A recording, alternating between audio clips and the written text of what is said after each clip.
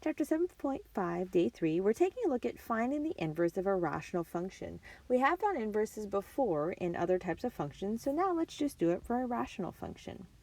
So first, consider the function f of x equals 2 over x plus 3. We want to determine whether the inverse of f is a function, then find the inverse.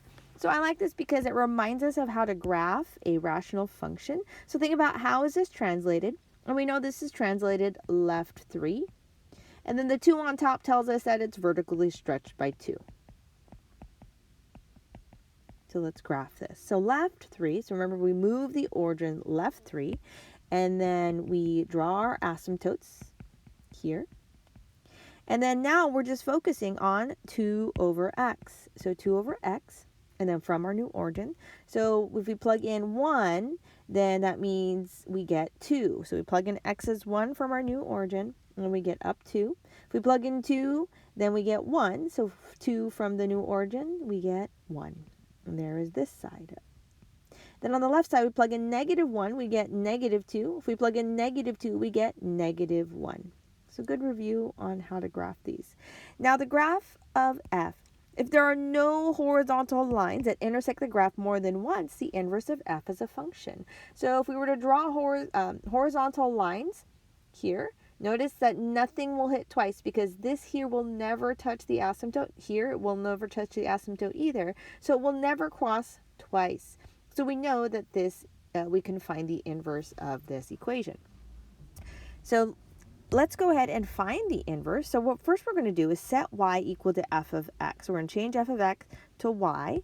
So that equals 2 over x plus 3. The next thing we're going to do is we're going to switch the role of x and y. So I hope you're seeing that this is very similar to what we've done before. So now what we're going to do is we're going to cross multiply and solve for y. So we're going to cross multiply this really over 1. So now this becomes x times y plus 3 equals 2 times 1, or just 2, right? 2 times 1 is 2.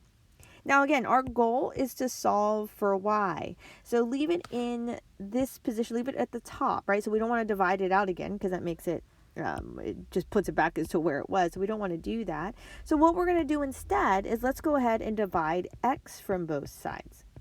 So now we have y plus 3 equals 2 over x. So again, we're trying to solve for y. So let's subtract 3 from both sides. So notice now we get y equals 2 over x minus 3. And of course, the very last step is you change that y to a g of x. So this is g of x equals 2 over x minus 3. So that is the inverse of this function. So that is one type. So notice that we have 2 over x plus 3. Now let's look at number 9. Find the inverse of f of x equals 1 over x minus 2. So that looks different now. So in this case, this one is down 2, right? So it's not a horizontal shift, it's down 2. And so I want you to see what the final answer looks like for this one. You can go ahead and pause the video, see if you can try it out, see if you can do it on your own, and then I'll work through it. Okay, so hopefully you tried it out. So y equals 1 over x minus 2. So first you change that f of x to y. Then the very next step is you switch the roles of x and y.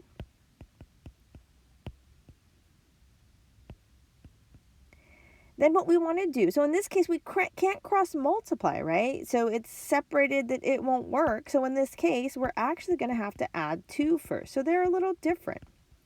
So now this becomes x plus 2 equals 1 over y. So now we can cross multiply, or really just to clear the fraction, probably the easiest way for this is just to multiply both sides by y over 1. So this clears it on this side.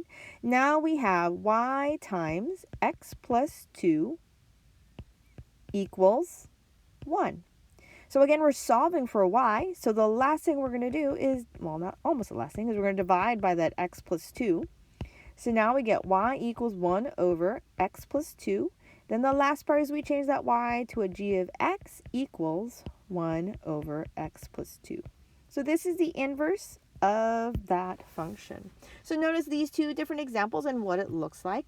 So what I want you to do now is go ahead and do number 38 as part of your assignment, as well as number 40. So number 38 is similar to this first example here, and number 40 is similar to number 9.